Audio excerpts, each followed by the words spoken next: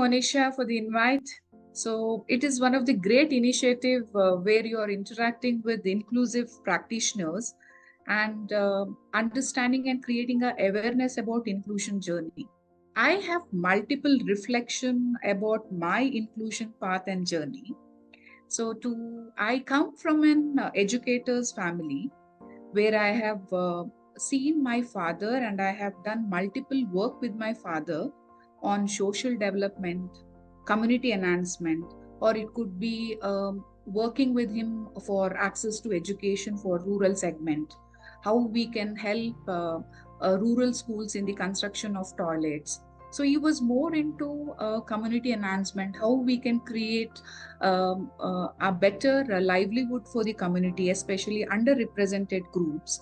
So I have seen right from my age 6 till now, I have done a multiple projects at different segment, right from relationship, reducing the inequalities, access to education, or it could be how we can work on gender equalities for a transgender communities. So from then till now, it could be interaction with elderly. I used to have long time deep hanging out with elderly every day. It could be morning and evening, learning from them and spending more time with the senior citizens.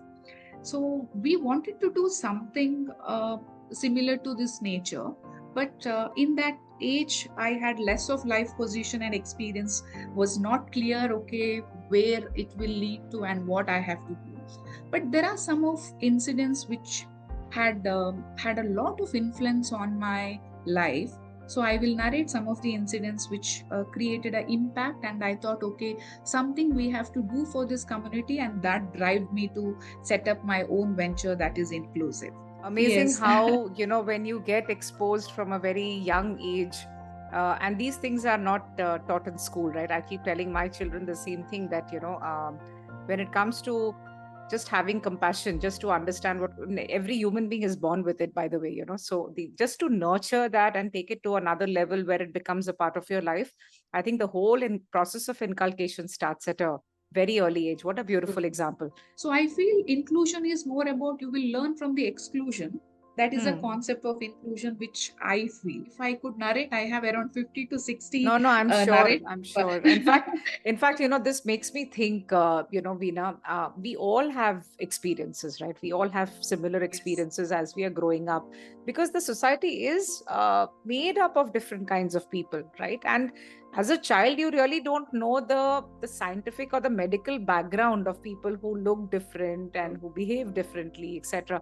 But I think in your case, because you had a very, very compassionate upbringing from your home, from within your home, where your father was hand holding you to understand that being sensitive and being compassionate, being kind is equally important, right? As much as you're growing up and getting your formal education, you had that sensitive side of yours polished. The antennas were always up there trying to feel for others, because that is usually where I think most of the children get left behind when it comes to developing these senses. And like every sense of sense that needs to be polished in a human being, even the sense of being compassionate has to be, it has to be nurtured, it has to be developed, it has to be somewhere inculcated in the fresh mind of a child. Because otherwise, if your education system is not doing it, your family unit has to play its role. That is where inclusion starts, and that is also where exclusion starts. That is my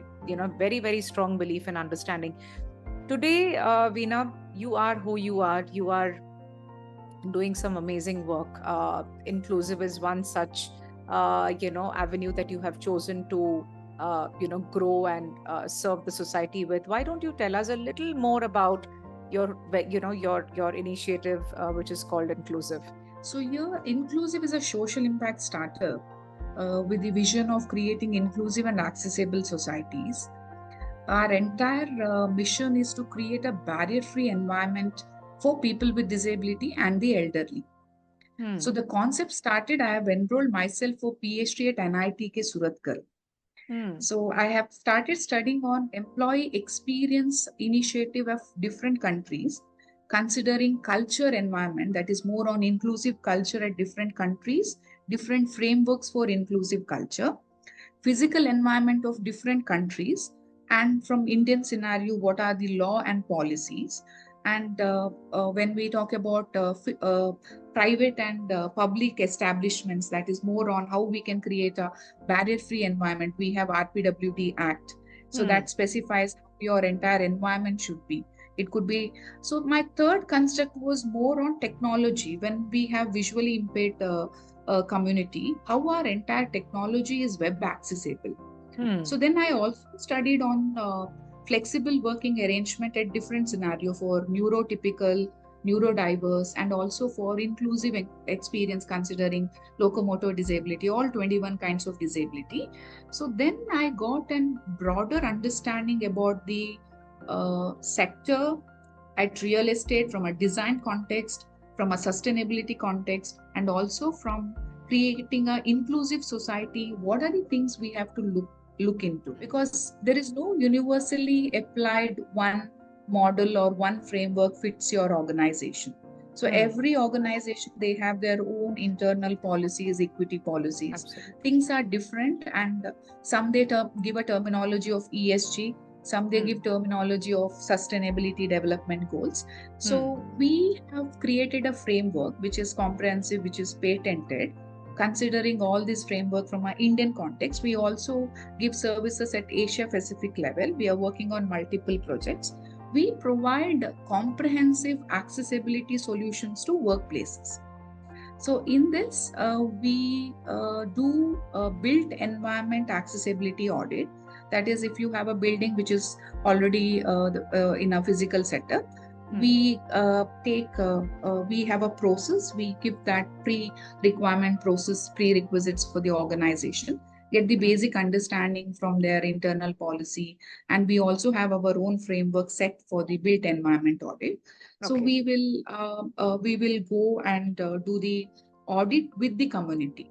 We take along with us visually impaired and people who are a person using wheelchair, and who are with the neurodiversity element. So we take along with us and we understand what they're looking at different level. So there are two concepts: inclusive design and universal design. We also help the organization. Universal design, if you leave any person at the gate until without any person's support, with the dignity and respect, he can move out, because your entire campus is accessible for all kinds of community, for the different types of. So inclusive design, each organization, they have their internal policy. Based on that, aligning to the accommodating standards, there are set of measures which we will look into after the discussion. So that part, it could be accommodating standards or mandate standards.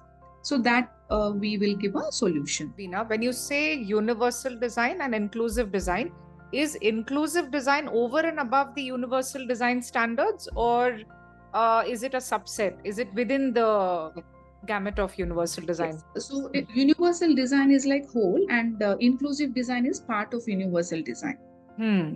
Got it. So because one size will not, there are different frameworks. So as per the framework, we look into, because every organization have their own strategic agenda. It could be their hiring process is one person for neurodiverse for next 5 years. After that, they are looking into other kinds. Or some organization are into equal employment opportunity. Then they have to make sure they have universal design, because they will give preference to all 21 types of disability. Then the entire campus should be accessible, considering that every element of that, giving with the accommodating standards. Sorry, and these design standards are established by whom? By which formal authority? Is it? We have ADA, that is American Disability Act, that covers the universal design element. And we have Clarkson, who has introduced the concept of inclusive design, because they also have a similar, they are architects, and they have seen some of the difficulties in usage of access to physical environment. So they have introduced this concept. One more fine question here is any of this mandatory when you are strategizing a workplace? So every organization should be accessible.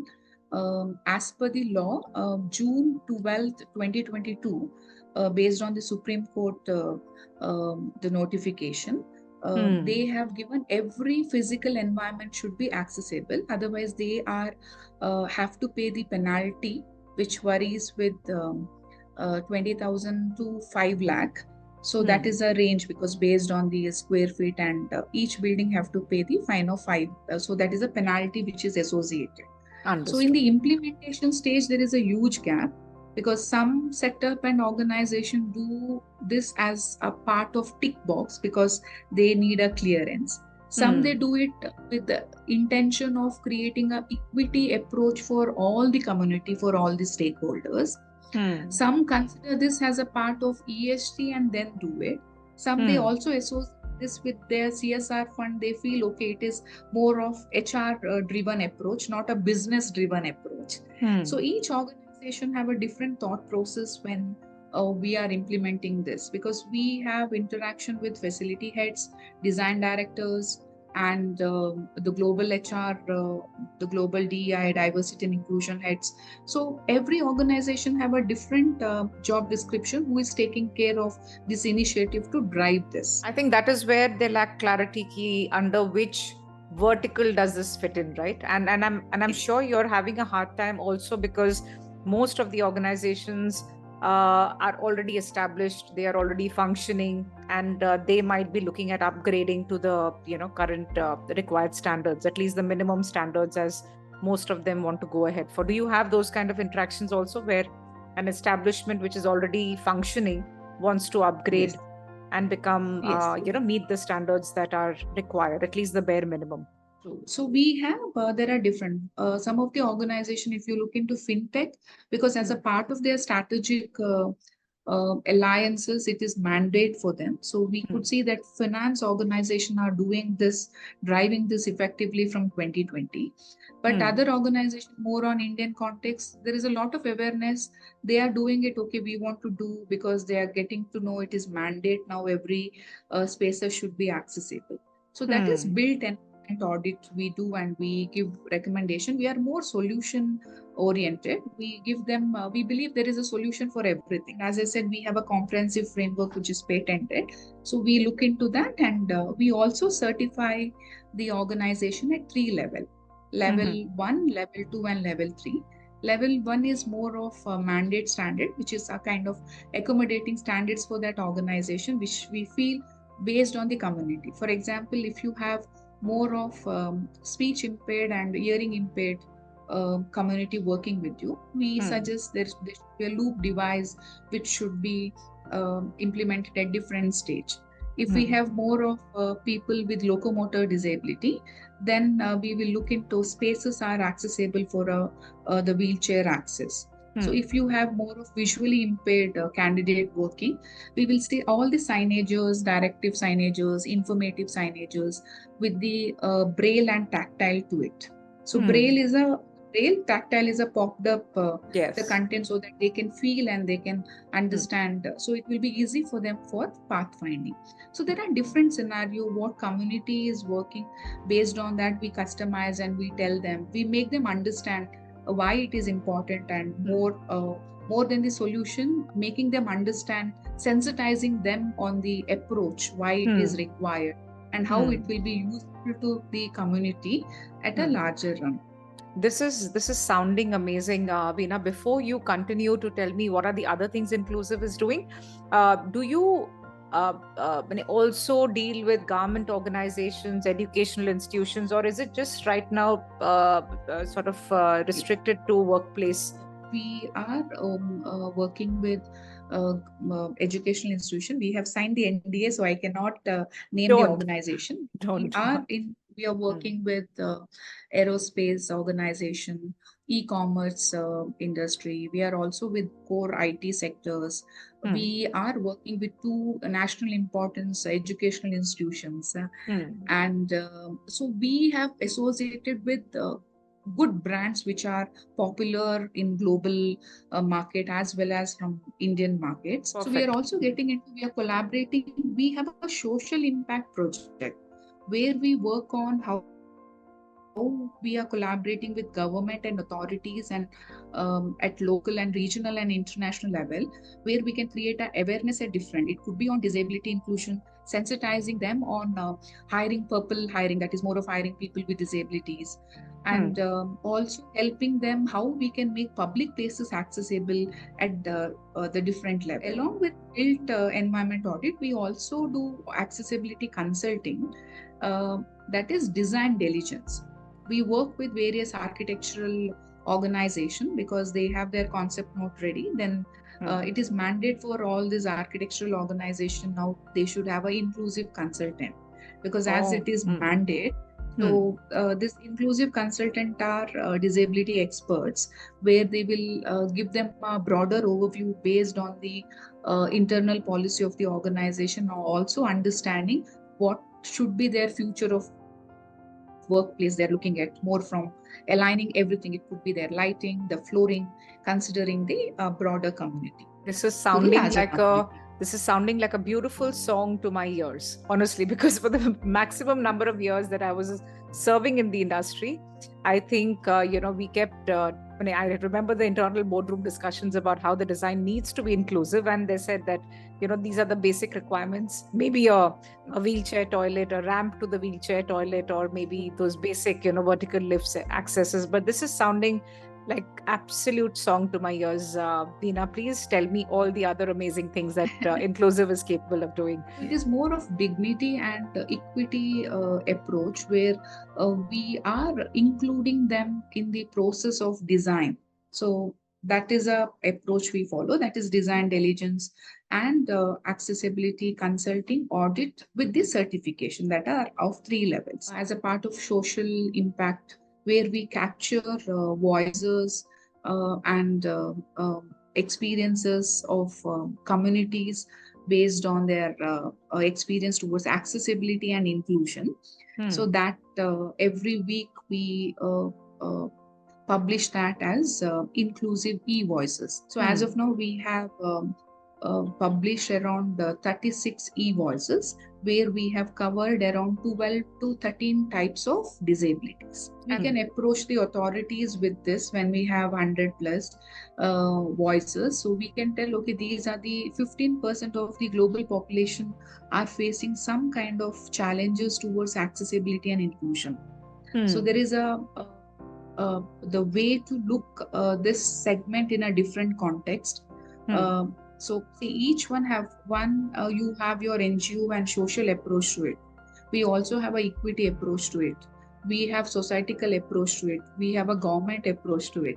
So if you look at different perspectives and contexts, things are happening from 1995 till now, from 1986, where the base of this has started. So lot of improvement is happening.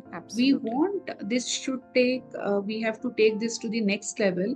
That happens only when we join together, work together, collaborate with the authorities, partnership. You are doing a wonderful job interacting with all inclusion practitioners. Similar approach at different level can take this to the next level. So it lacks awareness. I feel awareness is something where people will understand, okay, we have approach, we have a policy, the implementation stage is a gap. Why? Because people are not having understanding on this. Also, Veena, what I have realized is we lack data. Yes. We lack data. So, if you are interacting with policy makers, I'm just talking with my brush with healthcare policymakers, because that's been my area of concern and personal concern. The absence of data in this whole section of the society where people live with different kinds of disabilities, and they are invisible as well, right? It's just not physical and visible disabilities. I think the lack of data is really a startling, a factor to the lack of creating inclusion in the mindset of policymakers, because somewhere they feel that they're not enough takers or beneficiaries of any policy that might come out, and enforce implementation. Do you feel the same? Yes, Monisha, even I feel there is a gap of data. Considering our previous census, we have around 2 to 3% of the population in India is people with disabilities. So now, if you look into the present census, considering the population, we have around 6 to 7% of them are considered to be considering the logic based on 1995 the law, as well as in the RPWD when you consider. So the present population, we can see around 10 crore of our the population who are from the community. So And that's huge. we, And that is yeah, huge. that's huge. Hmm. And where when it comes to awareness, people are having less awareness about different types of disability. So I feel the much of the talk, the voices from the community, it could be as a form of success stories, it could be their life journey, what they are into, at different perspectives of caregivers perspective, practitioners, how we are interacting, inclusion practitioners journey, the similar way from the community, from a caregiver's perspective, the voices from the authorities, what we are doing for a civic participation of the community at different level. So these things, if we will, we can see by 2050 India can be accessible and inclusive. Brings me to my next question to you, Veena. When you say that you believe in the practice of collaborating, right, with like-minded individuals who are also working in the same, direction, could be like-minded organizations. What is the kind of collaboration you're seeking from those around you? Do you want to kind of make it clear so that people who are listening, and if they are doing some work in that direction, Yes. can actually come out and reach out to you? Okay.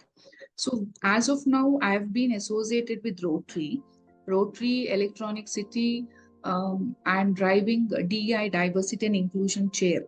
So as a part of that, we are having multiple events. We had visual impaired cricket, which was organized for the community. And we were also part of Jakkur district level, that is the state level wheelchair cricket association has organized various sports events. And initially, as I said, I come from a background of educators family. So I will engage 1 or 2 days. I'm a visiting professor of practice at one of the B school in Bangalore, where I engage and I take various social endeavor related programs, creating more on sustainability development, and also telling the youth why it is important, because we have to do this right from an elementary stage of education. It could be on accessibility, it could be on inclusion, because through education we can drive change. So I believe it should be communicated to the youth, and the future should be, we have seen various challenges, we have seen the growth, we have seen the journey. So we want, when we talk about 2050, when we talk about 2047, we have Vikshit Bharat, the similar context, how we can see India as emerging when it comes to inclusion and accessibility. So I also represent Women Indian Chamber of Commerce and Industry as a state president for sustainability development goals. So as a part of that, access to education, and also my co-founder, she comes with neurodiversity. She's a doctor. She comes with neurodiversity expertise. She is helping early developmental issues of kids for access to education. So we also collaborate and do some of the camps, how we can help the community at the larger stage. And at the Women Indian Chamber, we have all these 25 women who are from different walks of life, who are representing from Karnataka Chamber. So we are doing various mentoring program for the communities, for underrepresented groups, how we can help them for employment opportunities at different level. Right. And Inclusiv is also started with the purple hiring approach, that is helping people with the community for their employment opportunity. And we have also started with LGBTIQ hiring concept, that is rainbow hiring program, because some of the community also reached out to us, can you help? Because I thought, okay, it is better to being a sliding door for others. That is a part of our social impact project, what we do. So commercials are not associated with that. And we are also helping elderly, that is senior citizen career connect, where after their retirement, if they need some of financial assistance, how we can help them in reaching out to the some of the connects, because some of the organization believe in 5 generation working together, because Hmm. future of work is where we have like a mythology, different generation working together and exchanging the ideas and thought process. So we also, because they have 20-25 years of immense experience, how that can be shared to the different community as a part of experience sharing, as a part of So much to helping them. learn. Absolutely. So much to learn So from them, right? And we somehow yes, kind of seclude them, when somebody ages and we say that, this is your second childhood and they get neglected in old age homes, etc. I love this initiative, especially this one you're talking yes, about, Veena, which I think is educationally, experientially so rich, and to build that bridge back to the generation, younger to them. I think it's a wonderful initiative. I'm listening to so many things that you're doing, Veena, and I'm only yes, and thinking I'm that also no, and I'm only yeah, thinking that sorry. is it like one woman with 10 heads, or is it like really Veena is also People building a ask me large whether you have 20, sorry, people ask me whether you have 24 hours or the more than 48 that. hours in a day. No, if you So have the I'm also inclination, if you uh, have the oh, inclination and you have the drive, there is nothing that can stop you from actually putting yourself in places where your heart is. And I always tell people that for that to happen, you need to know what your heart really yearns to do, right? I mean, it is never enough to be financially secured and educationally qualified, but if your heart is not in the right place, a person gets limited to do to whatever they can do in life. And you're just sounding like a perfect example I can give to the to somebody who says I don't have time to indulge in matters where my heart is. Perfect, Veena, please go on. so we have one more initiative where G100 I'm representing as a state chair for Karnataka on Hmm. diversity and inclusion. So here we have team where we have collaborated. We have all these advisories from Dell, NASCOM, from JP Morgan Chase, and people from Biocon who are all the global initiative heading diversity and inclusion. So we have various awareness program, a kind of panel discussion for organization, and we do this at different schools and colleges, creating awareness on diversity and inclusion. That is a part of initiative, because I feel through educating people, creating awareness, that is a reach which we can make them understand these are the things which is happening at different levels. So then, along with that, as I was associated with one of the B school as a professor of practice, we have done one European Union project that was a funded project. How we can reduce non-communicable diseases in South Asian countries through sports inclusion. That Hmm. was Very interesting. 11 partners from different. We had partners from Indonesia, Sri Lanka, India, from Spain, Portugal. So here we had three universities who are working on this initiative on sports through physical activities for how we can spread the inclusion. So I that have was the something to main. add here, Veena, and this is because you have touched a very, very delicate chord in my heart now. Most of the people who know me know my journey purely because I started crowdfunding for Kia's very expensive treatment, and Kia is my youngest daughter who lives with a very rare genetic disorder. It's supposed to be life-threatening, but thanks to the treatments available, you have a method by which you can prolong the lifeline and reduce the suffering of children with these kind of rare diseases. Since my journey came out in the open and I started talking to people, and I did not agree with this whole concept of having to crowdfund for life-saving treatments. I also started figuring out or researching into how these rare disorders can be prevented, right? Because what we are doing right now is addressing the needs of people who are challenged, right? Most of us are doing the same thing in various ways. But if you go a little to the start of the towards the origin of the problem, it is to find out how these conditions can be prevented. And most of the reasons for people who are living with disabilities, who are born with disabilities, is primarily because of genetic reasons. maybe their parents have been carriers, somebody in the lineage has been having genes passed down which have mutated and have finally resulted in these physical or cognitive challenges, which we call as disabilities today. And this is by birth that I'm talking about, right? And then you have another section of the people with disability community who are accidentally they'll end up facing an accident in life, because of which they'll end up being disabled, so as to speak. Now, when we talk about the genetic origins, my focus has been, since I have realized this, is on getting a genetic test done, right? Just like how you have a prevention campaign for polio, for HIV, etc. These are diseases which are very difficult to cure at the end of the day, right? And hence the government has realized it, has started creating awareness. But if you look at it programmatically, in our country there is no awareness on so many rare conditions which can be easily prevented by taking a genetic screening test, right? Of parents to be, or people who are young and at an age where they can reproduce and give birth to offsprings.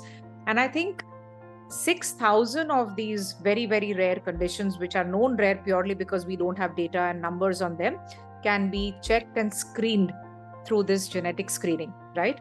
And I've been telling corporates, because today my initiative, which is what we do as a mainstream focused work, is to approach organizations, approach large communities and tell them to take that genetic screening, right? Do these health camps, talk to insurance companies to aid these tests, which are not very expensive, so that every individual of our country gets this genetic report card, so as to speak. So at least that yes, you are a carrier of one of those 6,000 disorders which can be passed down to your offspring. And imagine how much it can help, right? Because today you have to either live with it in a society where there are so many challenges, be it accessibility, be it inclusion in education, be it inclusion with healthcare, with insurance, and so many other aspects that we are still grappling with. If we, on the other hand, can start talking about prevention from the source, which means that we have awareness at that level where you don't really have to be disease aware, but you can be aware of how to screen yourself, at least genetically, to figure out that you as an individual, you can be carrying mutations in your in your genetic makeup, which can be passed down. This is something I strongly believe in. And thanks to the discussions like this last year, we were able to communicate this thought process to couple of corporates who have realized that yes, this is equally important. And at an individual level, people have started taking genetic tests, but I think this needs to be taken at a mass level. Yes. Just like the way you do certain fixed vaccinations, checking for your checking your blood for HIV regularly, etc. I think we need to do these elimination tests or genetic screening tests, as I call it. Another aspect, which is again very closely associated to healthcare in general, there's something known as epigenetics. If you read up on it, right? Epigenetics is nothing but how the environment we are living in, the climate that is around us, and how the deterioration of that is affecting the genetic makeup of human beings, which is actually leading to several health disorders. Right now, assuming that how important climate change is, right, and how directly it's impacting the civilization that we are a part of today. Now, imagine if your genetic makeup is degrading as we progress, with the so-called notion of developing, with days to come, years to come, and your health conditions are going to deteriorate.